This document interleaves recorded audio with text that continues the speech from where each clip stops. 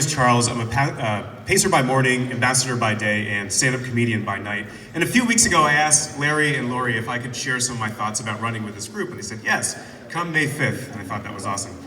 This is my third time doing a marathon. All three times were here in San Francisco, and all three times were with run365. And it's easy to discount this program is just a thing that tells you where and when and how far to run. But it's far more than that. It's not just where beautiful people come to discuss GI issues. This is a community, a support system, and look to your left, and now to your right. All three of you are complete badasses for being here.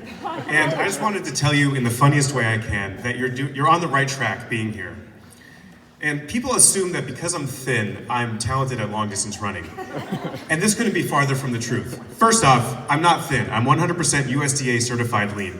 And second off, it's not easy. This is one of the hardest things I've ever done. And every year it gets a little easier, but a little bit more challenging trying to progress against myself. And there's people here that have done a dozen marathons, who have done ultra marathons, who have qualified for Boston. And my hat's off to you. But this speech is for everyone that's here for the first time and is terrified of the task that they're going to take on in July. And if you listen closely, I promise, at the very end, I will tell you how I took 30 minutes off of my second marathon from my first marathon. But you have to listen till the end. Marathon training is not just an endurance sport, it's a lifestyle. For instance, are you willing to delete emails from races in places you've never heard of and have never been to every single day? Are you willing to work into every conversation you have for the next year that you ran a marathon? Are you willing to tell your friends over and over and over again that you can't hang out? They'll say, do you want to hang out Monday? You say, I can't hang out Monday, I have a fun run. Do you want to hang out Wednesday? I can't hang out Wednesday, I have track. You run too much. I don't run too much. Monday's fun run, Wednesday's track, Tuesdays I run in the morning, Thursdays I run in the evening, and Saturdays I have long run. And they'll say, well, we can hang out Friday evening. You say, I can't hang out Friday evening. I just told you I have long runs on Saturday morning.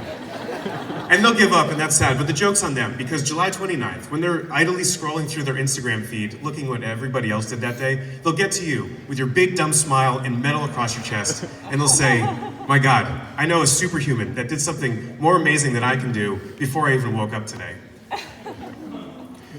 Distance training to me is kind of how far can I push this fleshy robot that we inhabit. And when I was a young Charlie, I would read this book with my mom called The Little Engine That Could. Does anybody know this book? Yeah. For those of you who don't know it, it's this story about this little train engine who would just go and go and go, and then it would get to this big hill, and it would say, boy golly, that's a big hill. And then it would say, I can do it, I think I can, I think I can, I think I can. And it would get to the top, and it would say, gee willikers, I got to the top. And then it would go down, and then it would see another hill, and it would say, oh, I think I can, I think I can, I think I can. It said, boy howdy, I did it. It's an adorable story, but I don't see marathon training like that. Because to me, the first time I did a marathon wasn't, I think I can, it was, I can't, and I did. I can't wake up at 6 a.m. every Saturday for 6 months. I did. I can't run a half marathon or more every single weekend. I did. I can't run 16 or 18 or 20 miles of training. I did. I can't sustain myself off a sugar syrup called goo. I did. I can't listen to the same Eminem song over and over and over again just to get through the last hour of a training run. I did.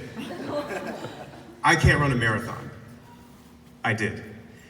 And it's that last one that makes everything worth it, because it doesn't matter if you finish running with a big smile on your face, or walking with tears coming down your cheeks, or crawling, barely conscious.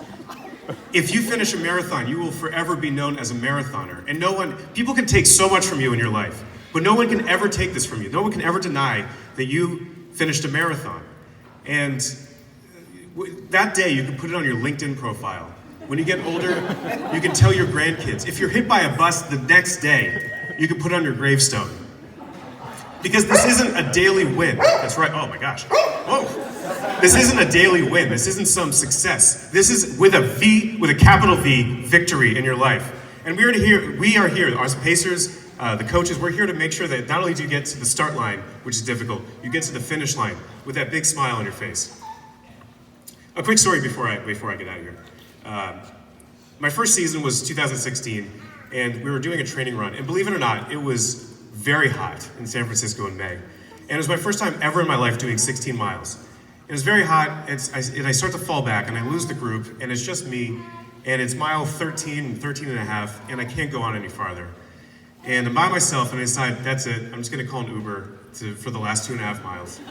And just then, like Omar Sharif coming out of the horizon, Coach Leo, who isn't here, but Coach Leo comes running towards me, and he runs alongside me, and he says, hey, what's going on? I said, I can't finish, it's too hot. I'm out of energy, this is all I can do, 13 and a half is where I'm gonna stop. And he said, how can I prove to you that you can do this? And I said, yeah, you can. He said, let me hold your water. So I handed my water. And then he said, what else? And I'm like, take this stupid fucking heart rate monitor. And I give him the strap that I was wearing. I don't know why, I've never worn it since. And he said, okay, what else? I'm like, I still can't do it, it's too hot. He said, give me your shirt. So I ripped off my shirt and I handed it to him. That's a mental image we didn't need. And he said, can you do it now? And disarmed from all of my excuses to not be able to do this, I said, I guess so. And we finished. Him right next to me coached me through those last 2.5 miles to get to 16. And I couldn't believe it. Like, I dug deep. But then he said, you know, have you ever run 18? You guys all know Leo. And I said, you're crazy. And then we did it. We did another mile out and another mile back. And when we got back, I gave him this big, sweaty, shirtless hug. Because to me, I didn't need to dig deep. Other people needed to dig deep. That's a cute thing that other people do. But I knew for a fact that I was out of energy. I knew my body. I was depleted. And he proved to me that I could do it. And that was just like one of those moments. And that's why we're here, for those successes. So we know that on marathon day, that we do have something deeper inside of us that we can pull out. And that wasn't even the most surprising thing. Later on, when I was trying to nap, and we all know those naps after long runs, we're over-caffeinated, and you just can't sleep, staring at my ceiling, I'm looking at Strava, and wouldn't you believe it? Those last 5 miles were the fastest of the day. And that's just how, I love that story. I wish Leo was here for me to tell about him. And your body is horrified about what you're trying to do, but you know better. Because the way I see it, it's like a dashboard in your brain. And when you're running, you go farther and farther into these races, and there's this car dashboard, and the fuel will start to go down, and the tachometer will start to redline, and the speedometer will start to go down. And you're just like, this is so hard. And then, at mile 18 or 20, the check engine light comes on. And this is scary because you've never seen that light come on. And because you have training, you know that you can look at that little light, and that's your body saying, stop what you're doing, this is not good. And you can look at that light and say, no, today I'm immortal. Not forever, but today I am immortal. And when you see that metaphorical light come on, you can take a little more metaphorical electrical tape, and you can just put it on top of it. Problem solved. Because like I said, your body is terrified, but you are not. You know better. In moments of self-doubt, this is one of the things that I always call back to. When you're wondering, why am I here? Why am I running all this distance? Why am I listening to Charles drone on about this stuff? Why am I in so much pain? Things I like to think back are, how much did I give up to be in this position? So mile 18, think about all the Saturdays like today that you got up early to be here. Mile 19, think about all the beers you didn't drink. Mile 20, think about all the Fridays you went to bed at 10 a.m. or 10 p.m.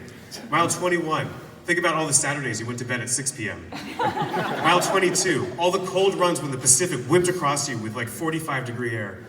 Mile 23, all the hot runs when the sun beat down on you like an anvil. Mile 24, all the cupcakes you didn't get to eat. Mile 25, all the pizza you will eat in a half hour once you finish. Mile 26, the culmination of 3 or 6 or 12 months of intense preparation for this moment. Hell can't stop you now. Mile 26.2, the feeling of achieving something superhuman and knowing that you've just solidified in your life story a legacy. I promised at the beginning of this I would tell you how I was able to take a half hour off of my marathon time the second time I did it. And it was really easy, but I don't recommend it. The way I was able to take a half hour off of my second marathon time was to get a really bad time on my first marathon. Cadets, you are in the right place, and I'm super proud of you. If this is your first time, you are absolutely where you need to be. It's a long and very arduous task just to get to the start line of a race, let alone the finish. And you're on the right path. And if you take anything from this speech, just think of this mantra when you're having self-doubt. That, yes, it hurts, but you know what? Pain is temporary, but victory with that capital V, is forever. Thank you. Thank you, Charles. Woo! Give it up!